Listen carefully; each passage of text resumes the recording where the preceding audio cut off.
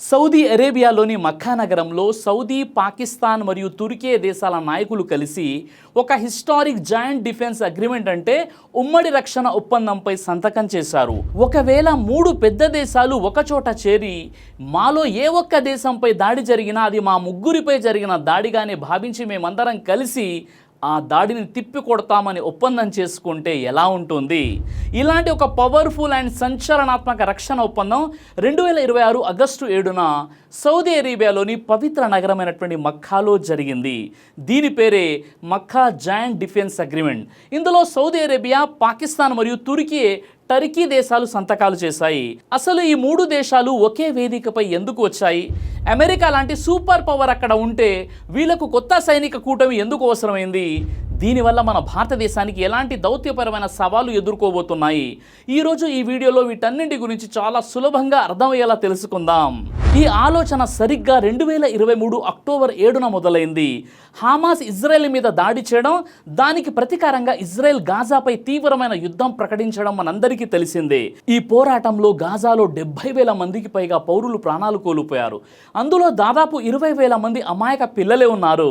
అయితే 2025 సెప్టెంబర్ 9న ఈ ప్రాంతంలో ఊహించని పరిణామం చోటు చేసుకుంది. ఇజ్రాయెల్ దాడి గాజా లేదా ఇరాన్లో కాదు, ఏకంగా ఖతార్లో ఉన్నటువంటి హమాస్ శాంతి చర్చల టీంపై దాడి చేసింది. ఈ దాడిలో ఒక ఖతారీ ప్రతినిధి కూడా మరణించారు. ఈ సంఘటనతో గల్ఫ్ దేశాలకు ఒక విషయం స్పష్టంగా అర్థమైంది. రేపు మన భూభాగాలపై దాడి జరిగినా కూడా అమెరికా మనల్ని కాపాడదు, ఇజ్రాయెల్ను అడ్డుకోదు, మన రక్షణ ఏర్పాట్లు మనమే చూసుకోవాలని. అయితే పరిస్థితి ఇక్కడితో ఆగలేదు. 2025 ఫిబ్రవరిలో అమెరికా, ఇజ్రాయెల్ కలిసి ఇరాన్ మీద దాడులు చేశాయి. దానికి ప్రతీకారంగా ఇరాన్ సౌదీ అరేబియాలోని అమెరికా సైనిక స్థావరాలు, చమురు ఉత్పత్తి కేంద్రాల మీద క్షిపణుల వర్షం కురిపించింది. అమెరికా బిలియన్ల డాలర్ల ఖర్చుతో తయారు చేసిన ర్యాడర్లు, రక్షణ వ్యవస్థలు ఉన్నప్పటికీ సౌదీని కానీ చివరికి తన సొంత బేస్లను కానీ పూర్తిగా కాపాడుకోలేకపోయింది.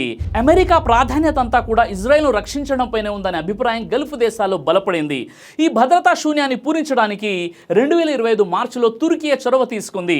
పాకిస్తాన్, సౌదీ అరేబియా విదేశాంగ మంత్రులతో సుదీర్ఘంగా చర్చలు జరిపి చివరికి ఈ వారం మక్కాలో ఈ మూడు దేశాలు కలిసి తమ ఉమ్మడి సైనిక ఒప్పందాన్ని అధికారికంగా కుదుర్చుకున్నాయి. ముందుగా ఈ ఒప్పందంలోని అత్యంత కీలకమైన అంశం గురించి తెలుసుకుందాం. అదే పరస్పర రక్షణ నిబంధన, మ్యూచువల్ డిఫెన్స్ కాజ్. దీని అర్థం చాలా సింపుల్. ఈ మూడు దేశాల్లో అంటే పాకిస్తాన్, సౌదీ అరేబియా, టర్కీ ఏ ఒక్క దేశంపై ఎవరైనా దాడి చేస్తే అది మిగిలిన రెండు దేశాలపై జరిగిన దాడిగానే పరిగణించబడుతుంది. ముగ్గురు కలిసి ఉమ్మడిగా ఆ దాడిని తిప్పుకొడతారు. అమెరికా మరియు ఐరోపా దేశాల మధ్య ఉన్న నాటో కూటమిలో ఉండే ఆర్టికల్ 5 నియమం ఎలా పనిచేస్తుందో ఇది కూడా సరిగ్గా అలాగే పనిచేస్తుంది. అందుకే దీనికి ఇస్లామిక్ నాటో అనే పేరు వచ్చింది. ఈ ఒప్పందం ప్రకారం ఈ మూడు దేశాల్లో ఏ ఒక్క దేశం మీద సైనిక దాడి జరిగినా అది మిగిలిన రెండు దేశాల మీద జరిగిన దాడిగానే పరిగణిస్తారు. అంతర్జాతీయ మీడియా ఇప్పుడు దీన్ని ఇస్లామిక్ నాటో అని పిలుస్తోంది. ఈ మూడు దేశాలు కలిసి ఒకే తాటిపైకి రావడం వెనుక ఉన్నటువంటి అసలు సీక్రెట్ ఏమిటో ఇప్పుడు కొంచెం వివరంగా చూద్దాం. ఎందుకంటే ఈ మూడు దేశాల్లో ఒక్కో దేశం దగ్గర ఒక్కో ప్రత్యేకమైన బలమైన శక్తి ఉంది. ఆ మూడు ఒకటవ్వడం వల్ల ఇది చాలా శక్తివంతమైనటువంటి కాంబినేషన్గా మారింది. మొదటగా సౌదీ అరేబియా గురించి మాట్లాడుకుంటే వీరి అసలైన శక్తి వీరి వద్ద ఉన్నటువంటి అపారమైన చమురు సంపద మరియు పెట్రోల్ డాలర్లు. ప్రపంచంలోనే అత్యధికంగా సైనిక అవసరాలకు ఖర్చు పెట్టే దేశాల్లో సౌదీ అరేబియా ఒకటి. ఈ కొత్త రక్షణ కూటమికి కావలసిన బిలియన్ల కొద్ది నిధులు సమకూర్చడం సౌదీకి చాలా సులువు. కొత్త ఆయుధాలు కొనాలన్నా, మిలిటరీ రీసెర్చర్లకు డబ్బులు కావాలన్నా, లేదా యుద్ధ సమయాల్లో సైన్యానికి అయ్యే ఖర్చు భరించాలన్నా సౌదీ ఆర్థిక బలమే ఈ కూటమికి పెద్ద ప్లస్ పాయింట్. ఇక రెండవది టర్కీ. టర్కీ దగ్గర డబ్బు కంటే కూడా అత్యంత విలువైనటువంటి సాంకేతికత శక్తి ఉంది. ప్రపంచవ్యాప్తంగా వివిధ యుద్ధాల్లో తన ప్రతిభను నిరూపించుకున్నటువంటి బైరాఖ్తార్ TB2 వంటి అధునాతన యుద్ధ డ్రోన్లు మరియు మిలిటరీ టెక్నాలజీ టర్కీ సొంతం. అంతేకాకుండా టర్కీ స్వదేశీ రక్షణ పరిశ్రమలో చాలా వేగంగా పురోగతి సాధించింది. దీనికి తోడుగా టర్కీకి నాటో సభ్య దేశంగా ఉంటూ దశాబ్దాల పాటు పాశ్చాత్య సైనిక వ్యూహాలను, ఆధునిక ఆయుధ తయారీ విధానాలను దగ్గర నుండి చూసినటువంటి సుదీర్ఘ అనుభవం కూడా ఉంది. ఈ అనుభవాన్ని అంతా టర్కీ ఈ కొత్త కూటమి కోసం ఉపయోగించబోతుంది. ఇక మూడోది పాకిస్తాన్. పాకిస్తాన్ దగ్గర ఆర్థిక స్థిరత్వం లేకపోయినా వారి దగ్గర ఉన్న రెండు పెద్ద శక్తులు ఏంటంటే ప్రపంచంలోనే అతిపెద్ద సైనిక బలగాల్లో ఒకటైన సైన్యం మరియు అణు ఆయుధాలు. పాకిస్తాన్ ఆర్మీకి దశాబ్దాల పాటు రకరకాల సరిహద్దుల్లో, కొండ ప్రాంతాల్లో యుద్ధాలు చేసిన ప్రత్యేక అనుభవం ఉంది.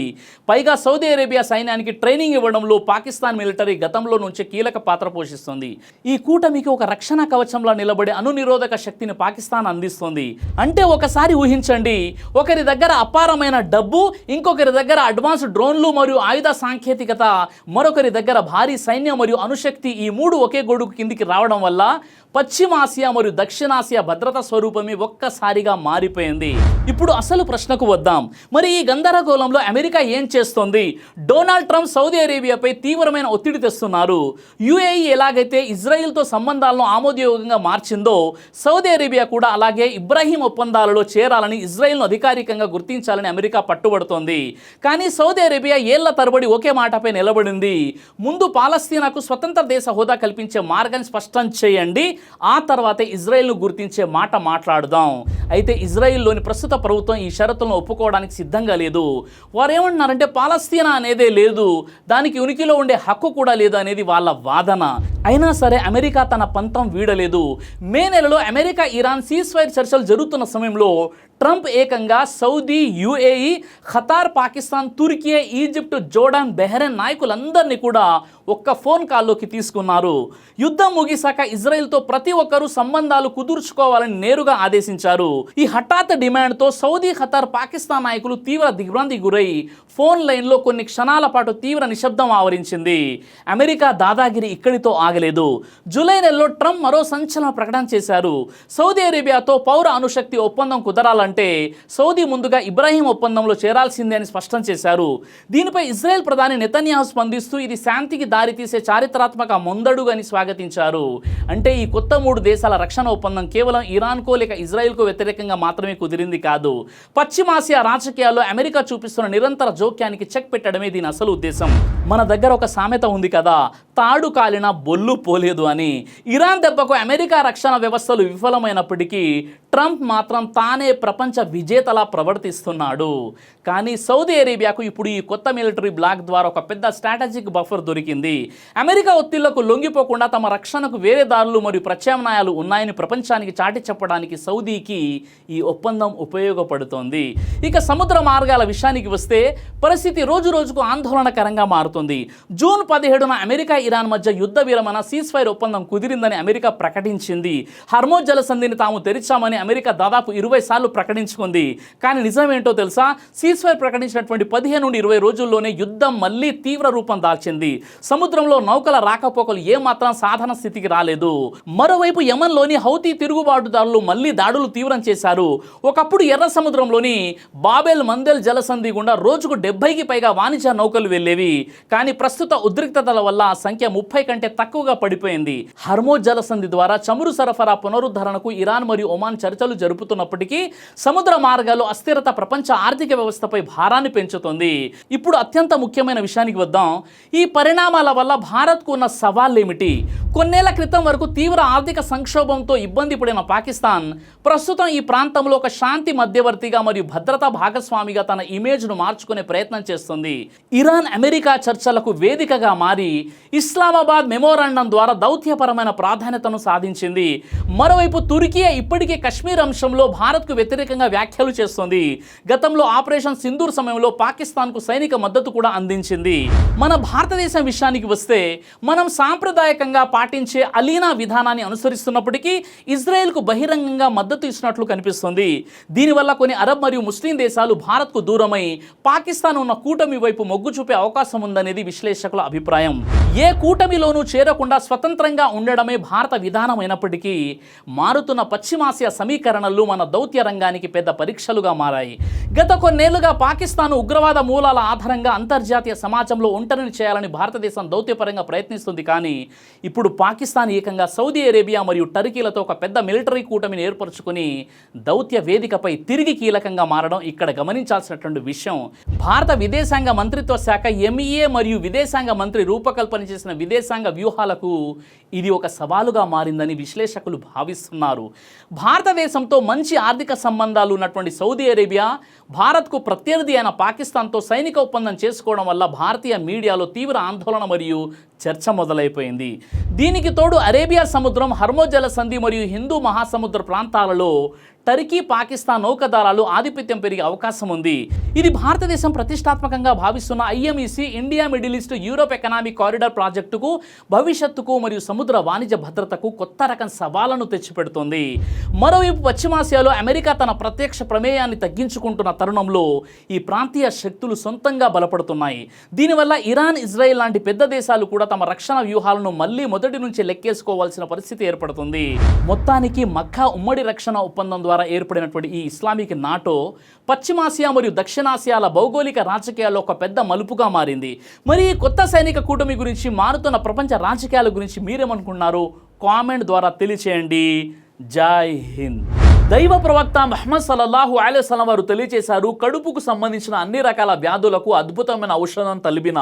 ఇది దైవ ప్రవక్త వారి సున్నత్, మంచి ఆహారం, ఇమ్యూనిటీ బూస్టర్. ఇందులో షిఫా ఉంది. ఇది మంచి ఔషధంగా కూడా పనిచేస్తుంది. కాబట్టి పిల్లలు అయినా పెద్దలు అయినా ఎవరైనా దీనిని ఉపయోగించవచ్చు. ఇందులో ఎలాంటి సైడ్ ఎఫెక్ట్ లేదు. ఖురాన్లో దైవం తెలియజేశాడు, తేనెలో మీకు స్వస్థత ఉంది. కాబట్టి స్వచ్ఛమైనటువంటి ఫారెస్ట్ హనీ కోసం మీరు సంప్రదించండి. అలాగే పురుషుల స్టామినా కోసం తయారు చేయబడినటువంటి హల్వా, ఇది అన్ని రకాల లైంగిక సమస్యలను దూరం చేసి వీర్య కణాల ఉత్పత్తికి సహాయపడుతుంది. మీ దాంపత్య జీవితాన్ని మరింత సంతోషకరంగా, ఆత్మవిశ్వాసంతో నింపడంలో సహాయపడుతుంది. మరో విషయం, ఇక డయాబెటీస్తో కేవలం మేనేజ్ చేస్తూ బ్రతకాల్సిన అవసరం లేదు. డయా కంట్రోల్ సప్లిమెంట్ కేవలం బ్లడ్ షుగర్ను తాత్కాలికంగా తగ్గించడం కాదు, డయాబెటీస్ అసలు కారణంపై పనిచేస్తుంది.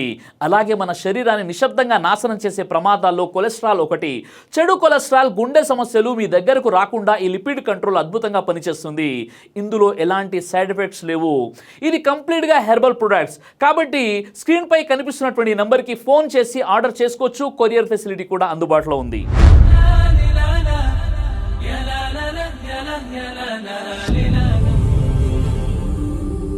బ్రదర్ సిరాజ్ అని యూట్యూబ్ ఛానల్ని మీరు సబ్స్క్రైబ్ చేసినట్లయితే ఇన్షాల్లా దేవచిత్తం అయితే మీకు వీడియోస్ వస్తుంటాయి. అదేవిధంగా బ్రదర్ సిరాజ్ అనేటటువంటి ఫేస్బుక్ని కూడా లైక్ చేయడం వల్ల మీకు వీడియోస్ వస్తుంటాయి.